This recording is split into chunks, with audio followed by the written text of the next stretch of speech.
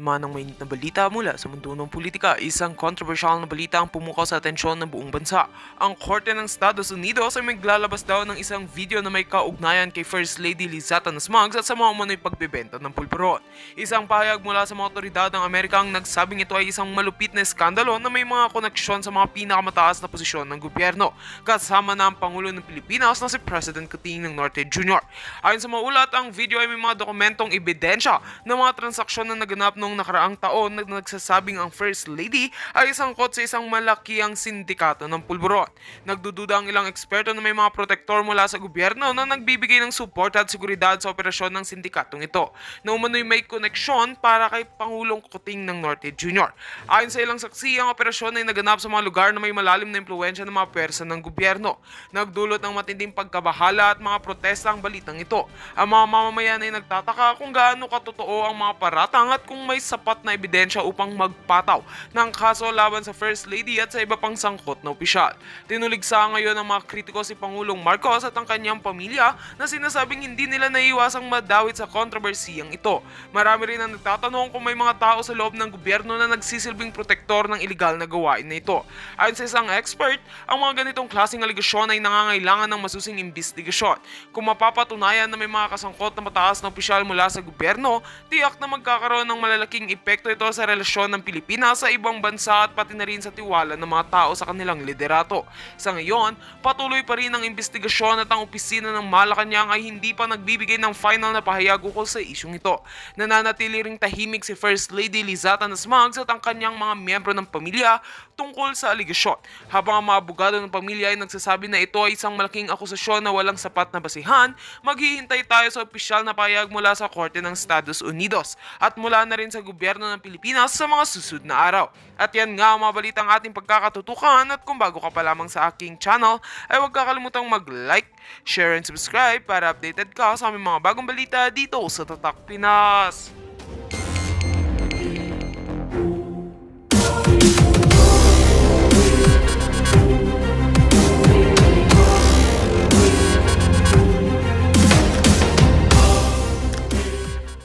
Hindi yun galing sa puso niya.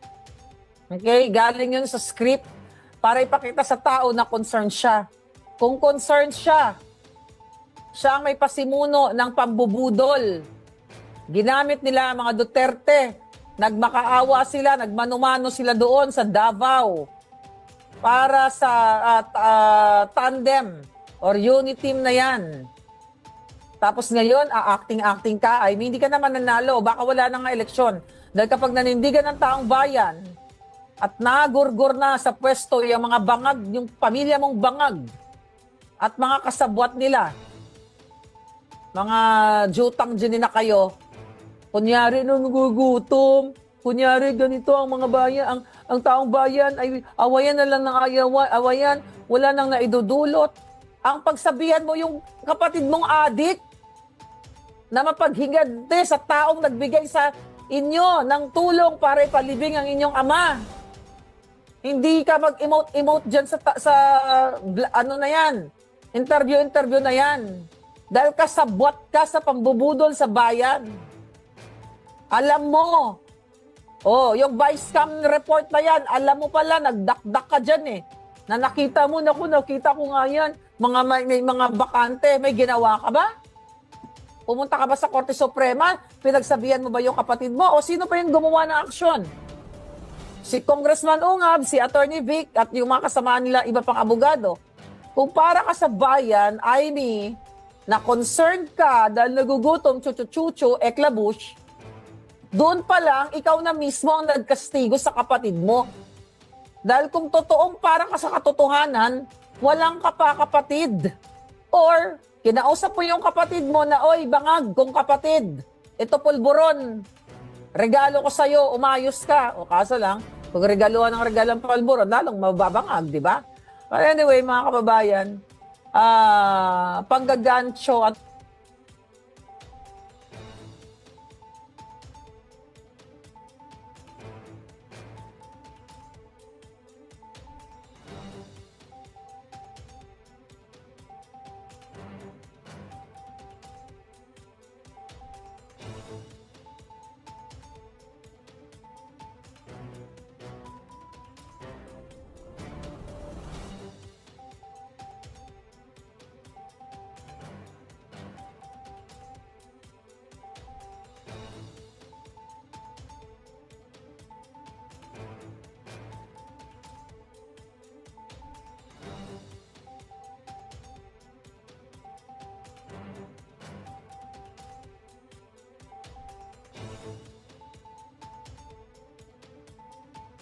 taga-Canada yun.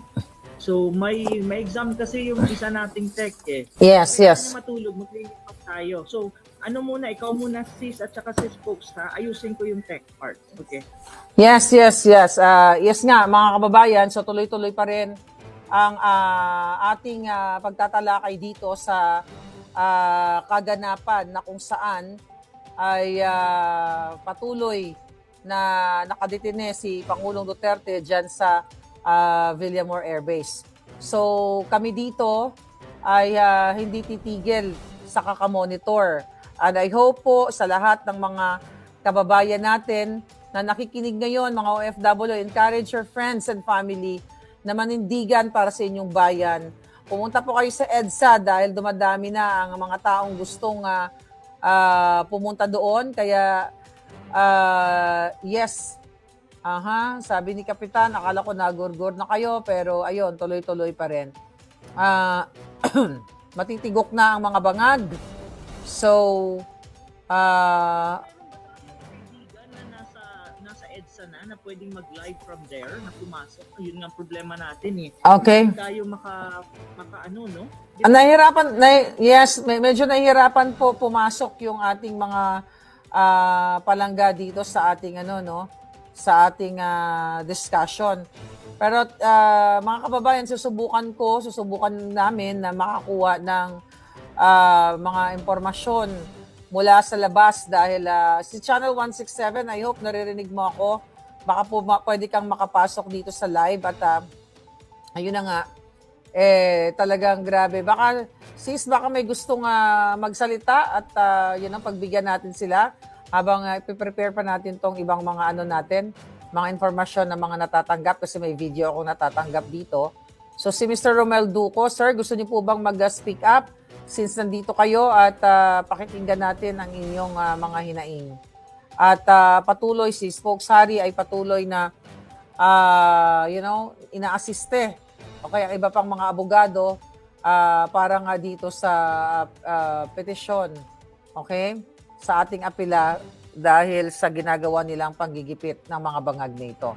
Sabi ni Greek John Largo, tara na, revolusyon na. So, ayun na nga mga kababayan, ito ay pagsupil sa ating lahat at panggigipit. Hindi ito forever.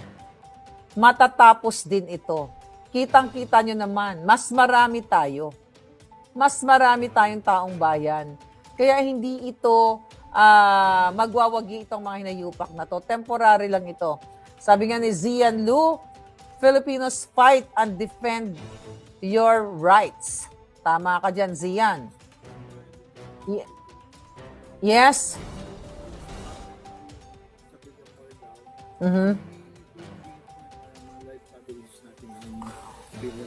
Okay, yes.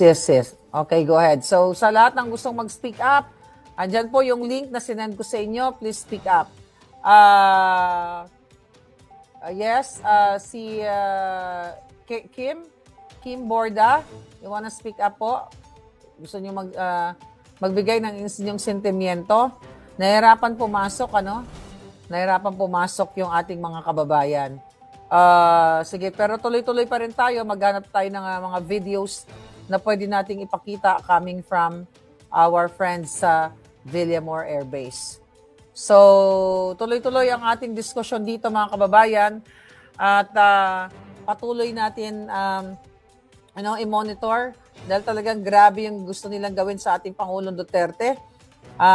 Ang mga tao ay tumatangis. Ayan, galit na galit. Marami nagagalit kay Aimee at sumisigaw ang mga taong bayan. We stand with PRRD. Ayan, so gawin niyo pong profile picture. Baguhin ko yung profile picture ko later. Dyan sa ating ball jackan, sa ating Facebook. At palitan natin we stand with PRRD. Ayun na nga, patuloy na nagbibigay ng mga updates itong ating mga palangga. At ito, ang Armed Forces of the Philippines ay naka-alerto na daw, okay? Ready daw sila to reinforce efforts to uphold national security and stability when necessary following the arrest of former President Rodrigo Duterte. Natatakot sila. wala naman nanggugulo. Ang mga bangag ang nanggugulo. Sila ang gumagawa ng illegal arrest. Marami na ang pinapaliwanag na hindi na tayo miyembro ng ICC. Pero patuloy pa rin nilang ipinipilit at ayaw pa nilang sabihin kung saan nila dadalhin ang Pangulong Duterte. Napakawalang hiya po talaga ng gobyernong ito. So, yun na, sabi nga ni Alex Martinez, the government is diverting the real issues to cover up the ongoing trial of the BICAM, PhilHealth, and impeachment issues because they are losing the legal battle. Exactly. Tama ka, Alex. Talagang galit na galit yung mga tao kahit saan ka pumunta ng mga media. AFP, PNP, puppet of the administration. Okay? Sabi ni Zim at PNP at AFP, true puppet. Ala, save the Philippines. Wala na kayong ginawa. Okay? Yung presidente ninyo ayaw magpa-drug test.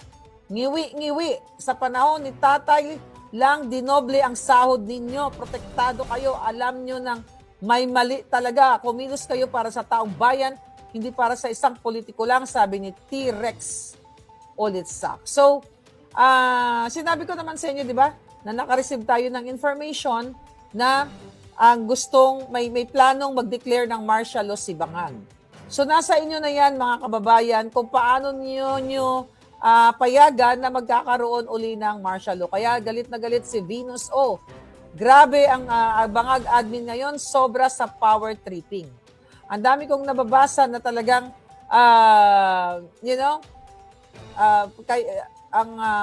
fake ang warrant of arrest. Walang ginawa o pinirmahan ng ICC na warrant of arrest. Wala rin jurisdiction ng ICC sa Pilipinas dahil hindi tayo member, sabi ni Federico D4. Okay?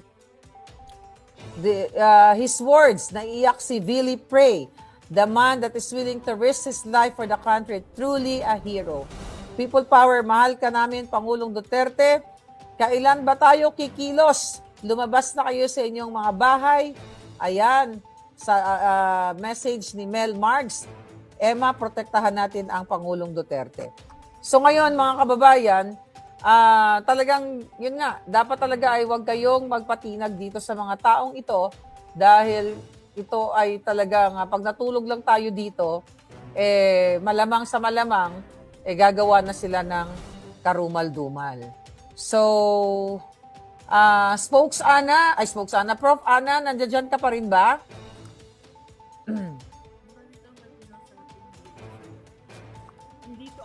Andito ako.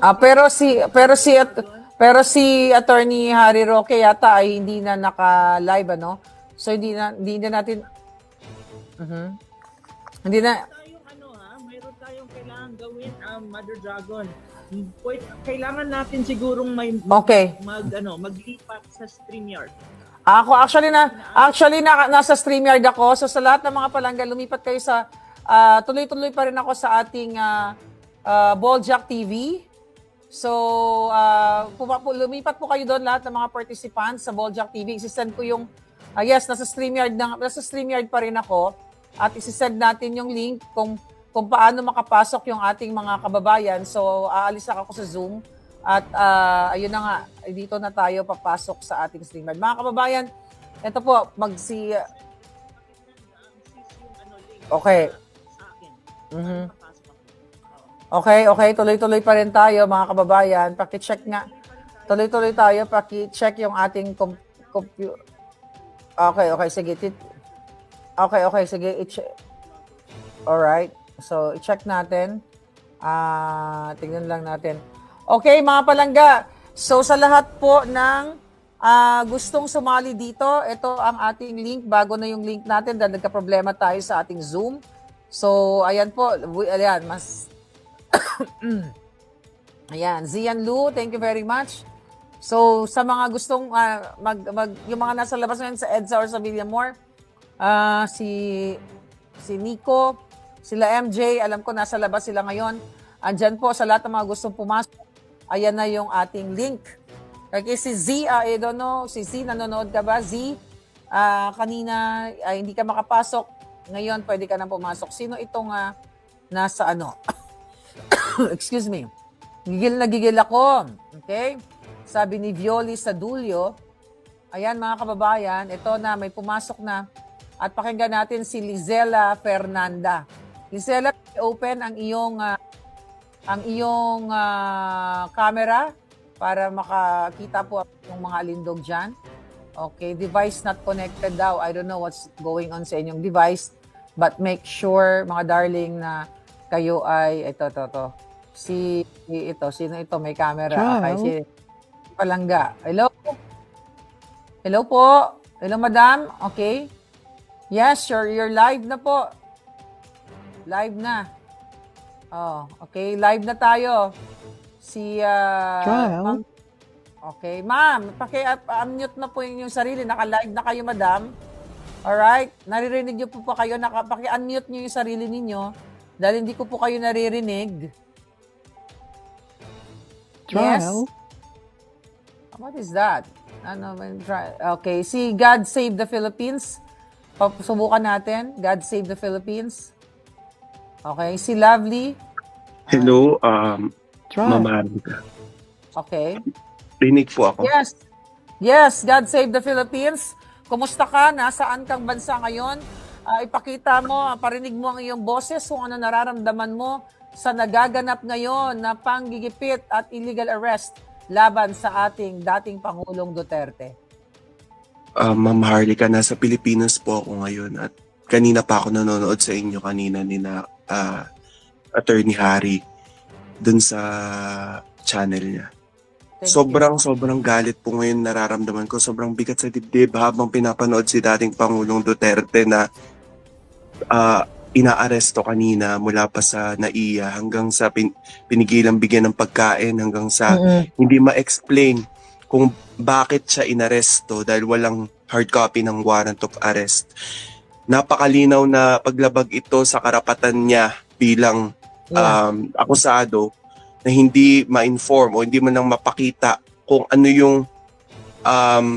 yung dahilan bakit siya inaresto at bakit hindi maipakita ni Torre. Hinahanap ng mga abogado, hinahanap na ni na Attorney Delgra, hinahanap ni E.S. Medialdea pero wala sila mapakita. Ano bang tinatago mo, Torre? Ano ba tinatago ng bangag admin na to? Bakit hindi nyo maipakita yung totoong warrant?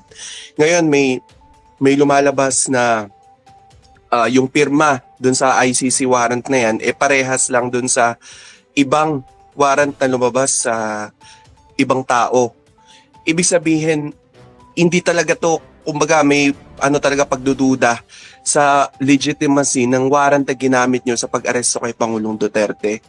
At hopefully, Ms. Marlica, ma-file na talaga nga yung sinasabi ni Attorney Harry na petition for habeas corpus sa lalong madaling panahon. Kasi kanina, nakita ko yung video na clip na inaano na siya na pinapasakay na siya somewhere. Tapos hanggang sa sinasabi na ni Pangulong Duterte na hindi siya sasakay dun. So sana po maano na natin, ma-file na yung petition na yan, mga attorneys. At lagi lang po kami handa dito, Ma'am Harlika, no? Once na makita ko po na meron ng lugar kung saan nag-iipon-tipon ng mga tao, pupunta rin po ako dyan. Kasi hindi ko po alam, hindi ko po talaga kayang tanggapin na basta-basta na lang lalabagin ng gobyernong ito yung mga karapatan ng mga mamamayang Pilipino ng ganun-ganun lang. Nang walang tamang prosesong sinusunod. Kilala sila dyan na hindi marunong sumunod sa proseso dahil nga bangag sila, dahil addict sila. Wala na sa kanila yung mga proseso. Kaya putang ina mo Torre, putang ina mo Lisa, putang ina mo Bongbong, pagsisisihan nyo yung ginawa nyo kay PRRD. Yes. At dahil sa nangyaring ito, dito magsisimula ang katapusan yung mga demonyo kayo. Salamat po. Matatapos din sila, Palangga. Sabi ko nga, kailangan maging positibo tayo at maging peaceful sa ating mga pagtitipon dahil yan ang gusto nila. Actually, ang gusto nila magkagulo ang tao para ma-justify na mag-declare siya ng martial law. But alam naman natin na ang Pilipino na lalo na tayo ay ayaw natin ng gulo. Gusto lang natin na managot si Bangag, hindi si Pangulong Duterte sa pagiging addictus niya. So, si Z nandito na at tawagin natin. Thank you, Palangga. At, Thank you po. Yeah, ingat ka. Thank you sa tutok. Wag tayong bibitaw. Wag tayong bibitaw. Opo. Nanonood po ako hanggang hapon. Okay, thank you po. Thank you. Ako din hindi matutulog. Thank you very much. Pareho tayo. Si Lovejoy Habel kanina, nakapasok ka na Palangga, pero hindi mo ako naririnig at iba yata ang natatawag kong pangalan. Yes, Lovejoy, si Palangga Z, nawala siya, no? Nawala ka Palangga, so I hope makabalik ka ng bonggang-bongga. So tignan natin si Lovejoy, ready ka na Lovejoy Habel? Okay, Lovejoy, please unmute yourself Palangga. Madam. Oo. Saan ka ngayon, Lovejoy? I'm having some technical problems po dito ata eh. Okay ka na, good ka na. You're good. Okay. Saan ka ngayon? Saan kang bansa ngayon, Palangga? Anong bansa nasaan ka? Ano po, nasa Switzerland po ako ngayon. Maisog Switzerland. At kanina po ay nag-meeting na po kami ng bali tumawag po umaga na po dito 7 o'clock at 5 o'clock in the morning at group chat na po kami ng ni Sir Ben Repol. And yeah, we have discussed na kasi according to Sir Ben, tawag nito yung excuse me po, parang may yung maingay yung ko sa background. And na po yung magkukuha nag-message daw sa kanya si BP at tawag nito yung maghahanda na po kami ng permit namin to gather sa The Hague if ever na dalhin na nila dito si PRRD. Right. So we are ready here po dito sa Europe. And marami pong mga Pilipino dito ngayon na talagang nangingit-ngit na po ngayon sa galit, nanginginig na po kami, nagtitrigger ng anxiety namin. At talagang talaga ako sa personally sa paningin mga 2 days ago pa ata yun or yesterday nung Sunday pala na nagsimula sila mag-gather ng mga pulis. Sabi na simulation ganyan tapos hindi pa sila talaga ina-announce kung ano talaga sadya nila. Pero na po yung kutob ko doon, iba na yung kutob ko doon. Dahil it's not normal. Nag-red alert sila sa Cebu, nag-red alert sila sa Davao. And I was telling my colleagues here na, hindi, iba na talaga ito. Iba to, may masama talaga silang balak. And some of my colleagues nagsasabi pa na, hindi, lang yan, yung fake news. But ngayon, na-prove na talaga natin, ako personally din sa akin, na-prove ko talaga na totoo yung kutob ko. Kasi kung nakikita po natin, yung parang nasa corner na sila eh.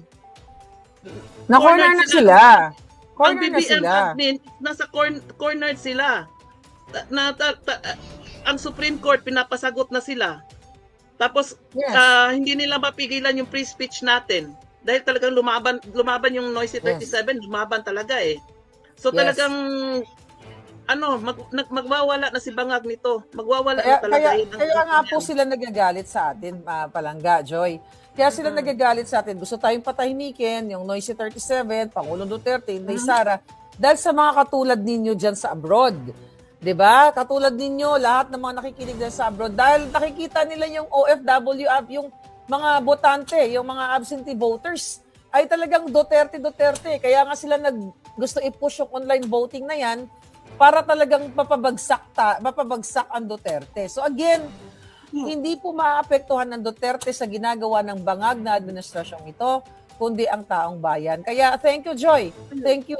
At support ako dyan. Tuloy-tuloy ito hanggang hanggang makauwi ng maayos. Sa Sunday po ay mayroon kaming, sabi ko nga, may pagtitipon kami ngayong 16. Sa Sunday ngayon. May date na ba kayo? Opo, sa 16. I mean, may lugar na kayo? Meron po. Prepared na po lahat. Prepared na po lahat yung namin. Pakisabi sa ating mga kababayan. At saka ngayong gabi, nag-usap na po kami, mamayang hapon actually dito, maaga pa dito So mamayang hapon, ay magmi-meet ako sa president namin, tsaka sa yung mga officers, magmi-meet kami sa isang place. At baka mag-live stream din kami para mapakita namin na yung support namin ngayon. Kasi we cannot wait until Sunday We cannot wait until Sunday na magtipon-tipon kami. So we have to start now. Now. So, now, nag-gather na po now. kami ngayon. This afternoon, magkikita kami. And Saan then we are lugar? calling Meron bang open ba for, kailan yung open for public? Bali yung meeting namin ngayon is yung sa place ng meeting pa lang president muna. namin. Okay, meeting Oo, na lang muna. oo. Pero sa, Miss Diwali, Meeting mo let me know kapag Sa final na. 16 po, fix na po yung, na po yung sa 16, na Okay. mag-gather kami doon sa Geneva. It's Okay. near Geneva. Alright. Yun yung namin. Okay palangga. Okay, talk to you later again. Okay. Sige Thank po, you. Bye-bye. na po tayo, keep hold on, keep our calm, at para makapag-isip tayo ng tama nating gagawin. But, Okay. tsaka Yes. dasal po, prayer. Sige po, Madam Maharlika, maraming salamat Okay, po. si Z, naka-live ka. Baka anong masabi mo dyan. Okay, sige palangga, eject yourself na lang. Lovely, para makapasok yung iba kasi may limit lang tayo na 15. Kung pwedeng, kasi, yan. Alright, so, Lovely, ayan, ako na mag-i-eject, magre-remove pala, no? So, paki-open yung inyong mga camera, no? Para makapasok na kayo dito. So, tignan natin si OFW Hong Kong habang wala pa si Z. So, OFW Hong Kong, sir, Hello, ma'am. paki-open ng camera Opo, nyo. opo. Naririnig niyo po ako? Yes po, malinaw na malinaw. Okay lang po, off cam ko na lang po yung camera ko kasi Okay, medyo yes. Active Naintindihan pa ko ba naman. Go ahead. po ako eh. Gusto ko lang Nasaan po kayo? Sa Hong Kong? una po sa lahat. Nagpapasalamat ako sa dating Pangulo ng Pilipinas, si Tatay Digong. Kasi last time po, nandito siya noong last Sunday.